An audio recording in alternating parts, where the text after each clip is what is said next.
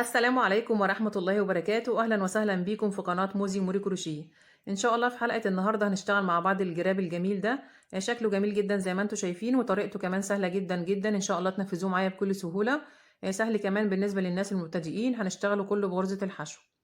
المقاسات هنشوفها مع بعض دلوقتي، وهنشوفها كمان من خلال الشرح واحنا شغالين مع بعض خطوة بخطوة بالتفصيل. طول الجراب 20 سنتي بالظبط، والعرض 14 سنتي بالظبط. طبعا المقاسات دي تقدري تتحكمي فيها زي ما انت عايزه، تقدري تكبري عن كده او تصغري حسب المقاسات اللي انت عايزاها.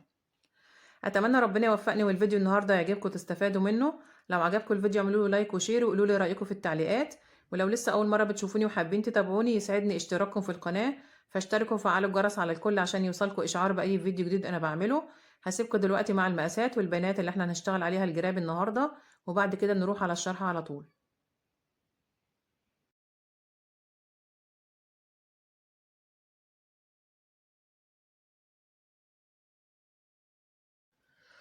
انا هشتغل معاكم النهارده بخيط مكرميه مصري متوسط السمك. هشتغله بابره الومنيوم رقم 5 ملم. طبعا انت تقدري تشتغلي نفس الجراب باي نوع خيط يكون مناسب مع الابره المناسبه ليه. هنشتغل سلسله البدايه بمقاس عرض الموبايل. عرض الموبايل بتاعي مقاسه 10 سنتي. بسيب حوالي 10 سنتي في بدايه الخيط، وبعمل عقده البدايه بالطريقه دي كده، وبشتغل عدد من السلاسل لحد ما اوصل لمقاس ال10 سنتي. هبدأ كده بسم الله. 1 2 3 4 5. هكمل بنفس الطريقة لحد ما اوصل لمقاس ال10 سنتي، وارجع اقول لكم انا اشتغلت كام سلسلة، ونشوف المقاسات مع بعض بالمزورة. انا كده اشتغلت 14 سلسلة بمقاس ال10 سنتي. هجيب المزورة ونشوف المقاسات مع بعض. ال14 سلسلة اللي انا اشتغلتهم مقاسهم 10 سنتي بالظبط. هعمل ايه بعد كده؟ برتفع كمان سلسلة وبحسبها ارتفاع لغرز الحشو اللي انا هشتغلها، وبسيبها وبرجع على ال14 سلسلة اللي قبلها وبشتغل غرز حشو. طيب غرزة الحشو بشتغلها ازاي عشان الناس المبتدئين؟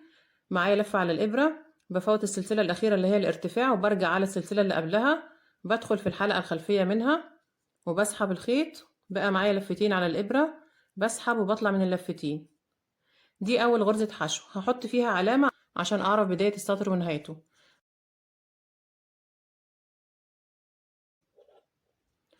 بعد كده بكرر على كل السلاسل، كل سلسلة بشتغل فيها غرزة حشو. بدخل في السلسلة اللي بعدها وبسحب الخيط. بقى معايا لفتين على الإبرة، بسحب الخيط وبطلع من اللفتين كده. 2 3 4 5. ده شكل غرزة الحشو. هكمل بنفس الطريقة لحد ما اوصل لآخر سلسلة عند خيط البداية. انا كده وصلت عند آخر سلسلة بشتغل فيها 3 غرز حشو مع بعض. 1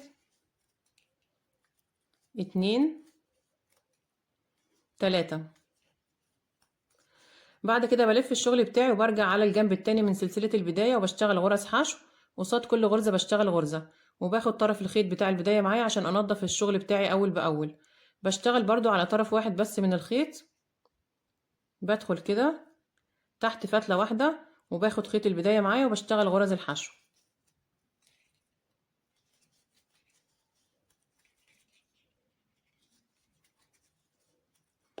هيبقى الشكل كده. هستمر بنفس الطريقة لحد ما اوصل لأول غرزة حشو انا بدأت بيها وحطيت فيها العلامة. كده انا وصلت اخر السطر الاول عند اول غرزة حشو انا بدأت بيها في الجنب ده كده وحطيت فيها العلامة. هشتغل معاها غرزتين حشو في نفس المكان. بدخل كده مع اول غرزة في نفس المكان وبشتغل 1 2. كده انا اشتغلت غرزتين مع اول غرزة انا بدأت بيها عشان اكملهم 3، عشان يبقى عندي في الجنب ده 3 غرز وفي الجنب ده 3 غرز. خلصت كده السطر الاول، اشتغلت 30 غرزة حشو. انا هشتغل بشكل حلزوني، الشغل بتاعي داير ما يدور، مش هقفل بمنزلقة خالص عشان ما يبقاش عندي قفلات في الشغل باينة في السطور. فانا بشيل العلامة من اول غرزة وببدأ السطر التاني على طول. هشتغل بقى من غير تزايد خالص على ال30 غرزة اللي معايا. بدخل في اول غرزة وبسحب الخيط وبعمل غرزة حشو. دي اول غرزة في السطر التاني، برجع العلامة مكانها في اول غرزة عشان اعرف بداية السطر ونهايته. بعد كده بكرر على كل الغرز، كل غرزة بشتغل فيها غرزة حشو واحدة. بدخل كده في الغرزة كلها تحت حرف الفي وبسحب وبعمل غرزة حشو كده. 3 4 5. هكمل بنفس الطريقة لحد ما اوصل لاخر السطر التاني. انا كده وصلت اخر السطر التاني. بقى الشكل زي ما انتم شايفين كده بعدل الشغل بتاعي عشان ابين القاعدة بتاعة الجراب بالشكل ده كده. ده هيبقى شكل القاعدة من تحت، وده شكل الشغل من جوه. بشيل العلامة من اول غرزة وهبدأ السطر التالت. بدخل على طول في اول غرزة وبشتغل اول غرزة حشو. خلاص كده هستمر على ال30 غرزة، مش هزود خالص. انا بحط العلامة هنا في الجنب ده كده عشان اعرف بداية الشغل ونهايته، وهسيبها مكانها مش هنقلها معايا. طبعا انت لو حابة تنقليها في كل السطور مفيش مشكلة. وبعد كده بستمر على كل الغرز، كل غرزة برضو بشتغل فيها غرزة حشو واحدة كده. 2 3 4 5. هستمر بنفس الطريقة، هكمل معاكم السطر التالت كمان لحد ما اوصل لاخر السطر. خلاص كده انا وصلت اخر السطر التالت، والشكل بدأ يبان معايا زي ما انتم شايفين، والقاعدة بتاعت الجراب بدأت تتشكل. هيبقى شكلها كده. طبعا هقص الفتلة الزيادة دي. خلاص انا اخدت الخيط معايا تحت الشغل وثبته كويس ونضفته، بقص الفتلة الزيادة. هيبقى الشكل كده. هستمر بنفس الطريقة على ال30 غرزة اللي معايا. برتفع كده عدد من السطور لحد ما اوصل لمقاس طول الجراب اللي انا عايزاه اللي هو 20 سنتي، وارجع لكم انا اشتغلت كام سطر ونشوف المقاسات مع بعض بالمزورة كام سنتي. انا اشتغلت كده 21 سطر من غرز الحشو على ال30 غرزة اللي كانوا معايا لحد ما وصلت لمقاس طول الجراب اللي انا عايزاه اللي هو 20 سنتي. بقى الشكل زي ما انتم شايفين كده. ده شكل الجراب من بره، وده الشكل من جوه، شكل القاعدة من تحت. هجيب المزورة ونشوف المقاسات مع بعض. مقاس طول الجراب اللي انا اشتغلته 20 سنتي بالظبط، والعرض بعد ما اشتغلنا غرز حشو على سلسلة البداية اللي كان مقاسها 10 سنتي بقى 14 سنتي بالظبط. طبعا لازم انهي الشغل بتاعي في الجنب اللي فيه العلامة. زي ما اتفقنا العلامة بنحطها عشان نعرف بداية الشغل ونهايته. كل لفة من العلامة لحد ما اوصل لها تاني تعتبر سطر. لازم انهي الشغل بتاعي في الجنب اللي فيه العلامة عشان يبقى عدد السطور متساوي في الجنب اللي قدام والجنب اللي ورا. عندي هنا 21 سطر وفي الجنب التاني 21 سطر، يبقى انا كده شغلي مظبوط. هعمل ايه بعد كده؟ هشتغل غرز منزلقة على الفتحة بتاعة الجراب عشان ابروز الفتحة دي ويبقى شكلها حلو، وكمان تبقى متماسكة متوسعش بسهولة مع الاستعمال. غرزة المنزلقة بشتغلها ازاي؟ بدخل بالابرة بتاعتي في الغرزة كلها تحت حرف الفي وبسحب الخيط، وبعد كده بسحبه من اللفة اللي على الابرة. دي غرزة المنزلقة. بكرر تاني، بدخل في الغرزة كلها تحت حرف الفي، بسحب خيط وبسحبه من اللفة اللي على الابرة. كمان مرة.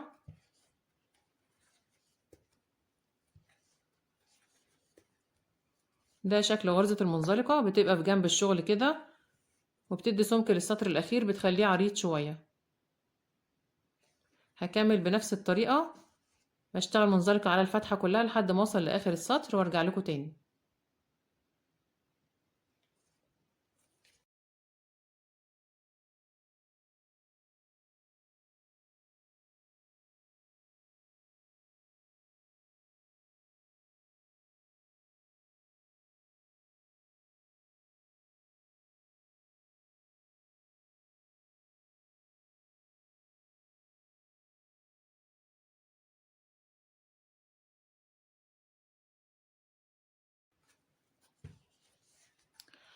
انا كده وصلت لاخر غرزة منزلقة في السطر بتاع البرواز. بقى شكل الفتحة بتاعة الجراب شكلها جميل جدا زي ما انتم شايفين كده. هقص الخيط بتاعي ونشوف هنقفله ازاي.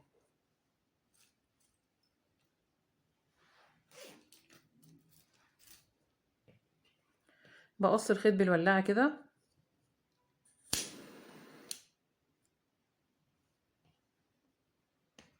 وبسحب الخيط من اخر غرزة، بسحبه كده لبره.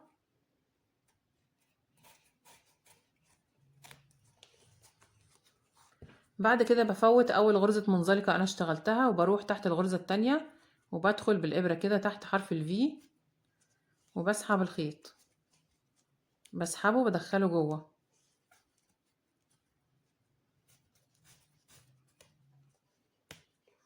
وبرجع تاني بدخل بالإبرة بتاعتي في آخر غرزة منزلقة، بدخل كده في نص حرف الفي،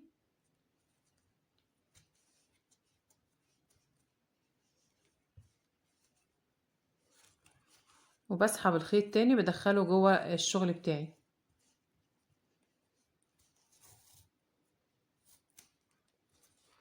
كده انا عملت غرزة سلسلة حلت محل غرزة المنزلقة الاولى اللي انا فوتها. بقى شكل الشغل بتاعي زي ما انتوا شايفين كله زي بعضه، مش باين عندي قفلات خالص، كل الغرز زي بعضها. بعد كده بنضف الخيط الزيادة ده بإبرة التنظيف في الشغل من جوه او بإبرة الكروشيه، هيبقى الشكل كده. خلاص كده هشيل العلامة دي مش محتاجاها تاني. ده شكل الجراب بعد ما خلصته. هعمل ايه بعد كده؟ هجيب الخيط وهنبدأ نشتغل البسكوتة بتاعة الايس كريم اللي احنا هنحطها على الجراب من بره. هجيب الخيط وارجع لكم تاني. انا هشتغلها باللون ده كده، دي بواقي خيوط عندي كنت اشتغلت بيها حاجة قبل كده وزاد منها الفتلة دي. طبعا انتي ممكن تقدري تشتغلي باي لون تاني حسب المتاح عندك او حسب اللون المناسب اللي انتي عايزة تعملي بيه البسكوتة بتاعة الايس كريم. بحط الجراب على جنب كده وهبدأ اعمل عقدة البداية،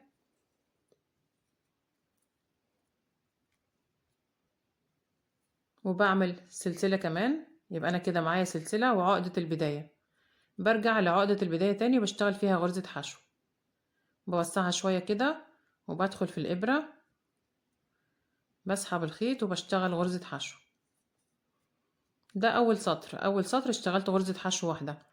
بعد كده برتفع سلسلة وبلف الشغل وهبدأ أشتغل السطر التاني، بشتغل في غرزة الحشو دي 2 حشو، يعني بعمل تزايد.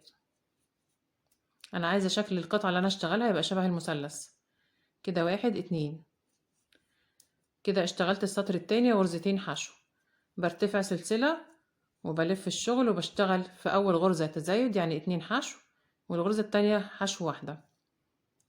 أول غرزة بعمل فيها 2 حشو، 1 2، والغرزة التانية بعمل فيها حشو واحدة. ده السطر التالت، كده اشتغلت 3 غرز حشو، برتفع سلسلة وبلف الشغل. هبدأ السطر الرابع بشتغل في أول غرزة تزايد برضو 2 حشو مع بعض، يعني أنا بعمل في كل سطر تزايد مرة واحدة في أول غرزة. الغرزة التانية بعمل فيها حشو واحدة، والتالتة بعمل فيها حشو واحدة. كده اشتغلت 4 غرز حشو السطر الرابع. السطر الخامس برتفع سلسلة وبلف الشغل وبعمل تزايد برضو في أول غرزة، بشتغل فيها 2 حشو، 1 2. الغرزة التانية حشو واحدة، والتالتة حشو واحدة، والرابعة حشو واحدة. يبقى أنا كده معايا 5 غرز حشو السطر الخامس. السطر السادس برتفع سلسلة وبرضو بعمل في أول واحدة تزايد 2 1 2، وبكمل باقي الغرز بشتغل في كل غرزة غرزة واحدة. كده معايا 6 غرز حشو. كده خلصت السطر السادس، برتفع سلسلة وهبدأ السطر السابع.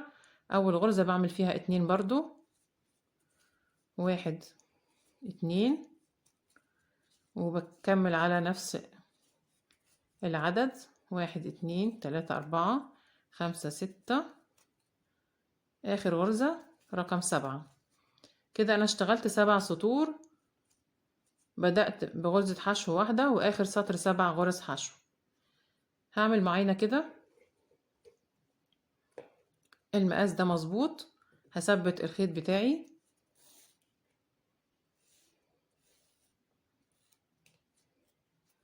بثبت الخيط كده كويس، وهقص الفتلة الزيادة دي.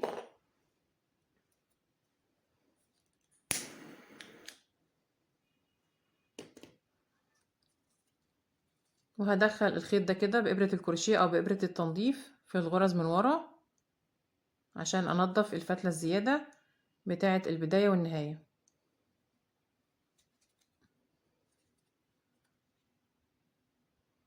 لو الغرز ضيقة بجيب إبرة أصغر مقاس وبشتغل بيها بالشكل ده كده. كده كده أنا هلزقه بمسدس الشمع والزيادة دي مش هتبان معايا خالص، هتبقى في ظهر الشغل من ورا.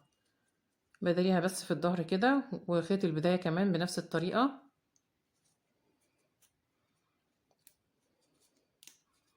بعديه بس في الجنب اللي ورا لحد ما الزق بمسدس الشمع.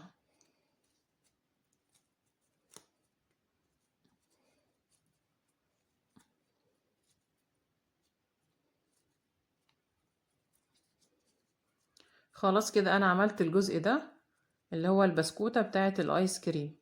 بحطها كده وهجيب الكرات بتاعة الايس كريم. انا عملت الثلاث الوان دول زي ما شفتوا كده في اول الفيديو. عملتهم بخيط المكرمية برضو. طبعا تقدري تعملي باي خيط متوفر عندك، خيط قطن، خيط صوف، بس انا بفضل اشتغل بنفس الخيط اللي انا اشتغلت بيه الجراب بتاع الموبايل. بقى الشكل زي ما انتم شايفين كده. لو عايزين تعرفوا طريقة عمل الكورة دي هتلاقوها في صندوق الوصف، هسيب لكم الطريقة بتاعتها في صندوق الوصف تحت الفيديو ده. ولو بصيتوا قدامك على الشاشة دلوقتي في الشريط الابيض في علامة الاي هتلاقي مكتوب طريقة عمل الكورة بالخيط. هتضغطي عليه هيدخلك برضو على الفيديو بتاع طريقة عمل الكورة دي، اسمها كرة البومبوم بالخيط الصوف. طبعا تقدري تشتغليها بنفس الطريقة بأي نوع خيط. انا عملتها برضو بنفس الطريقة بس بخيط المكرمية. هيبقى الشكل كده. هلزق الحاجات دي كلها بمسدس الشمع. وارجع لكم تاني نشوف هنكمل مع بعض ازاي. انا كده خلاص لزقتهم في الجراب كويس، بقى شكله زي ما انتم شايفين شكله جميل جدا. وعملت كمان الدراع الكروس دي بغرزة حبل الليسير روماني، غرزة جميلة جدا زي ما انتم شايفين، وطريقتها كمان سهلة جدا. هسيب لكم الطريقة بتاعتها في صندوق الوصف تحت الفيديو ده، وهسيبها لكم كمان على الشاشة من فوق في الشريط الابيض في علامة الاي. لو بصيتوا قدامك على الشاشة دلوقتي هتلاقي مكتوب طريقة عمل ايد الشنطة، هتضغطي عليه هيدخلك على الفيديو بتاع طريقة عمل حبل الليسير روماني بكل تفاصيله.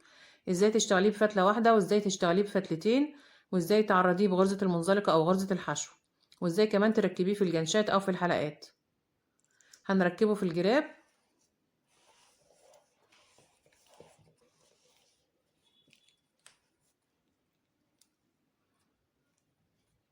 بفتح كده وبركبه تحت السطر بتاع غرزة المنزلقة، واجيب الجنب التاني كمان. طبعا بتعدي الغرز بتاعتك وبتحطيه في النص بالظبط من كل جنب.